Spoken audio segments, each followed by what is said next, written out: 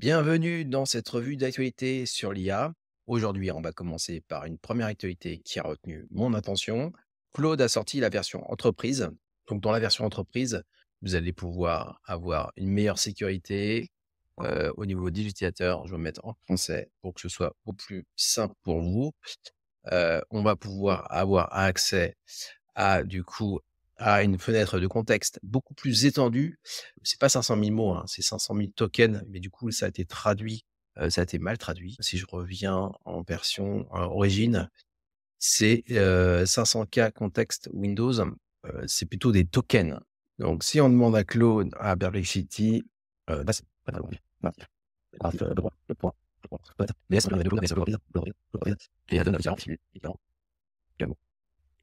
Et qui va alors en mettre en version pro. Et là, on va dresser un tableau comparatif des caractéristiques de la version Claude 3.5 Sonnet, donc qui est la version standard de Claude, donc le dernier modèle qui est sorti d'Anthropic. Donc pour Claude 3.5 Sonnet, voilà, fenêtre de contexte, c'est 200 000 tokens, 500 000 tokens, vitesse c'est 2 fois per véhicule 3 opus, donc qui est le meilleur modèle chez, chez Anthropic. Et du coup, voilà, on a l'équivalent, donc Claude 3.5 Pro Claude 5 Sonnet, c'est 200 000 tokens, donc ça équivaut entre 150 000 et 175 000 mots, donc l'équivalent de jusqu'à 350 pages de texte, alors qu'avec un contexte beaucoup plus étendu à 500 000 tokens, on est à peu près à 437 000 mots qui représentent 875 pages. Donc on a de quoi faire sur la version entreprise. Et aussi, l'avantage de la version entreprise, c'est qu'on va pouvoir connecter votre GitHub. Donc, vous allez pouvoir lire l'entièreté du code de votre code. Donc, ça va être intéressant pour pouvoir mettre à jour votre code. Il aura l'historique de toutes les versions du code. Donc, ce sera beaucoup plus pertinent. Et vous allez pouvoir coder directement avec la version entreprise. Et aussi, ça combine la version project et artifact qui permet d'avoir une simulation, une fenêtre, d'avoir le rendu directement sur une fenêtre et la version project pour pouvoir utiliser des prompts personnalisés. Donc, je pourrais faire un tuto sur Claude en détail. Dites-moi en commentaire si ça vous intéresse. Et on va voir maintenant la seconde actualité. Toujours sur Claude, ils ont sorti aussi le Quicksart Repo, donc qui permet euh, de déployer des projets rapidement avec l'API d'Anthropic. Donc, si vous êtes développeur, vous allez pouvoir avoir votre première base déjà, un template déjà codé pour un support, un agent support IA, donc un chatbot. Donc là, on a une petite démo par le développeur d'Anthropic qui partage du coup l'interface du chatbot pour le support. Ensuite, on va passer à l'actualité de notre ami Elon Musk et de X, la plateforme Twitter, anciennement Twitter, avec son chatbot Grok qui s'est déjà fait bannir au Brésil pour du coup non-respect. Pourquoi X est banni au Brésil? Donc j'avais demandé à Perplexity. Il a refusé de bloquer certains comptes d'extrême droite pour propager de mauvaises informations. Donc ça, c'est le gouvernement brésilien qui lui avait demandé de suspendre des comptes, qu'il a refusé. Et il n'a pas payé des amendes, il n'a pas payé les amendes qui lui ont été infligées. Il n'a pas eu aussi, au niveau des données, il n'y avait pas de représentation légale et il a, du coup aussi réactivé des comptes, suspendus.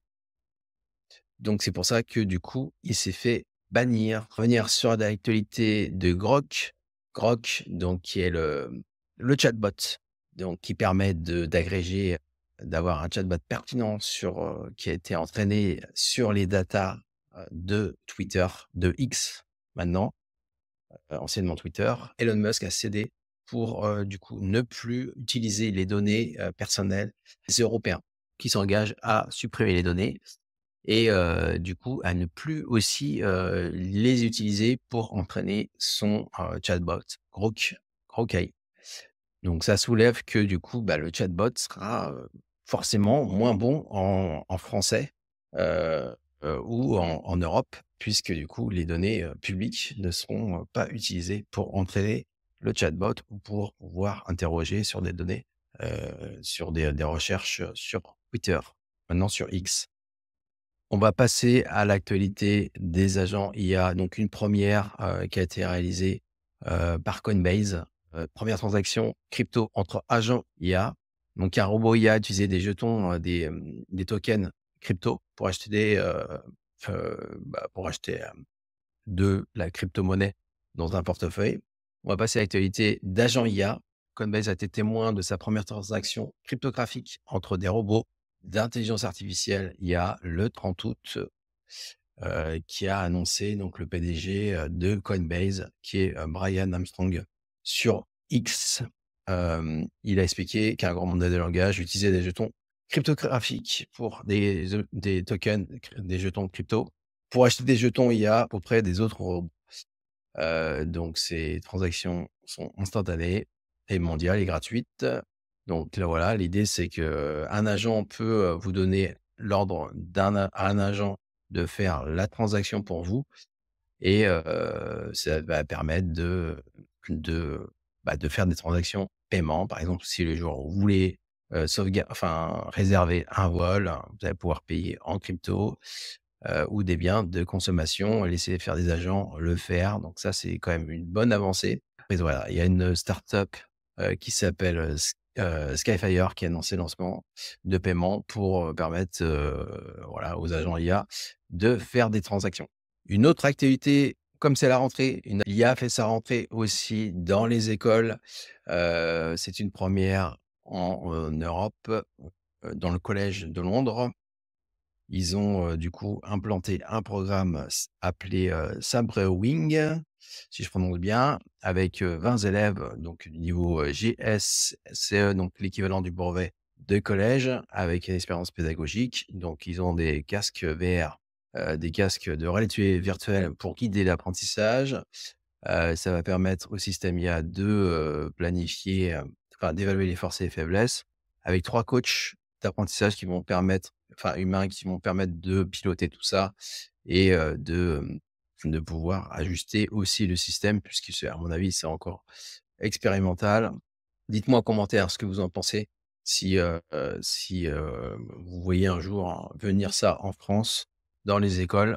Heu, voilà, donc là, Perplexity, donc il m'a fait défi préoccupation sur sur le système. Impact potentiel sur le développement social et émotionnel des élèves, voilà.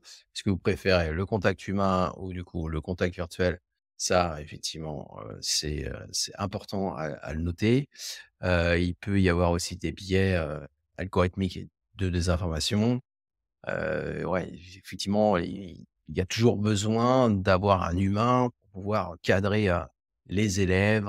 Le contact humain ne pourra pas remplacer, hem, voilà, une machine ne pourra pas remplacer le contact humain. Dites-moi en commentaire ce que vous en pensez. Ensuite, on va passer à l'actualité des agents aussi autonomes. Minecraft, donc le célèbre jeu où on construit des mondes, un monde virtuel. Là, ça va être là, c'était rendu possible avec le projet Seed Simulation, donc lancé par une startup du nom Altera, le projet Seed. Plus de 1000 agents d'IA autonomes, 1000 IA autonomes qui a interagi sur un serveur Minecraft. Ils peuvent fonctionner pendant des heures, voire des jours, sans intervention humaine. Donc développement des structures complexes. Il y a eu, toute une économie qui a été créée. Ils ont créé leur propre, monde virtuel sur, Minecraft, construit de A à Z avec différents rôles. Donc il y a eu plus de 1000 agents. Là, il y a je vais vous faire une petite vidéo de démonstration. Donc là, j'avais créé une page avec Perplexity. Mais du coup et ça m'a pas donné la bonne vidéo, donc je vais le refaire devant vous. C'était plutôt ça, heu, c'était plutôt ça. Page change. Voilà, c'était une vidéo plutôt voilà.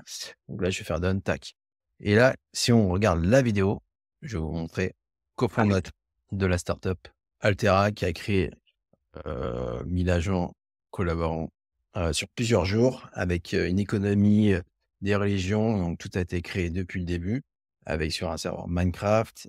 Ils ont du coup, défini des règles.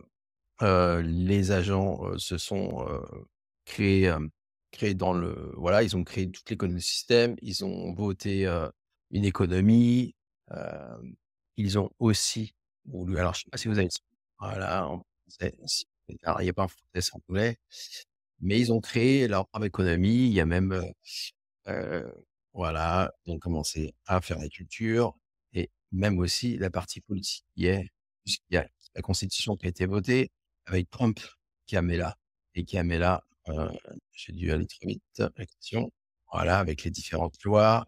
Ils ont voilà, donc en fait, ils ont créé entièrement un monde virtuel avec aucune intervention humaine sur ce jeu. Dites-moi en commentaire ce que vous en pensez, mais effectivement, je mettrai tous les liens dans la description.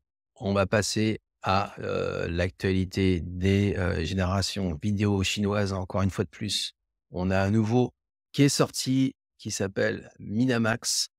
Donc Minamax aussi, donc qui est du même acabit que Vidoo AI ou Kling AI, ce que j'avais présenté aussi sur la chaîne.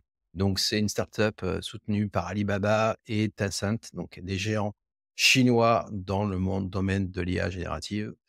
Avaient sorti aussi une compagnon AI qui s'appelle Taki, qui avait été téléchargé plus de 15 millions de fois. Donc ils ont sorti, Minamax, donc c'est en chinois, vous pouvez y aller avec cette URL-là, heu, ailuoai.com vidéo, je mettrai le lien dans la description et donc là, vous pouvez générer gratuitement des images, il y a même pas besoin de vous créer un compte. Je pense que ça va pas durer, mais là, c'est totalement gratuit. Là, il y a quelques exemples, vous voyez, en fait, là, le prompt est en chinois.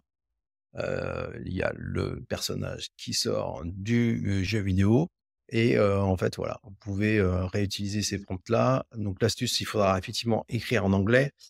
Moi, j'avais fait quelques tests, vous voyez, alors là, c'est en anglais, donc là, vous pouvez récupérer ce prompt et vous pouvez le faire en anglais. Donc, vous pouvez utiliser DeepL pour faire votre prompt et moi, j'avais fait quelques tests, je vous montre le résultat. Donc, j'avais fait le test d'Akira, je vous mettrai, l'Akira, donc un modèle anime. Donc, vous avez le prompt ici où, j'avais fait une vidéo tutoriel sur une petite animation vidéo. J'avais fait quelques prompts. Vous voyez, en fait, là, par contre, groupe de monkeys, donc de singes en train de danser comme des rockstars. Bon, ouais, pour l'instant, voilà, le il y en a il y en a qu'un qui joue pas le jeu, mais vous voyez, voilà, ça donne un rendez-vous. J'en profite en même temps, donc j'ai fait de liker la vidéo pour soutenir la chaîne. J'avais fait un petit prompt. Vous voyez, en fait, Homer Simpson, il est quand même sorti, même si c'est copyrighté, les Chinois ne sont pas très regardants là-dessus. Donc j'ai pu générer, mon prompt et pour l'instant, vous pouvez faire que le prompt, là, si je mets il faudra le mettre en anglais et là, vous appuyez ici pour générer votre image. On va passer à l'activité de Dream Machine Luma AI, donc vous connaissez, qui est du coup aussi un générateur pour, générer des vidéos. Et ils ont sorti la version donc, je vais mettre en français pour que vous compreniez enfin, ce soit plus simple. Ils ont ajouté la fonction caméra, le mouvement caméra. Donc on va pouvoir utiliser, différents angles, donc soit en zoom in, caméra à droite, plan de caméra à droite, caméra à gauche. Donc je pourrais vous faire un petit tuto, pour vous présenter comment ça marche. Dites-moi en commentaire et on va passer à la dernière actualité.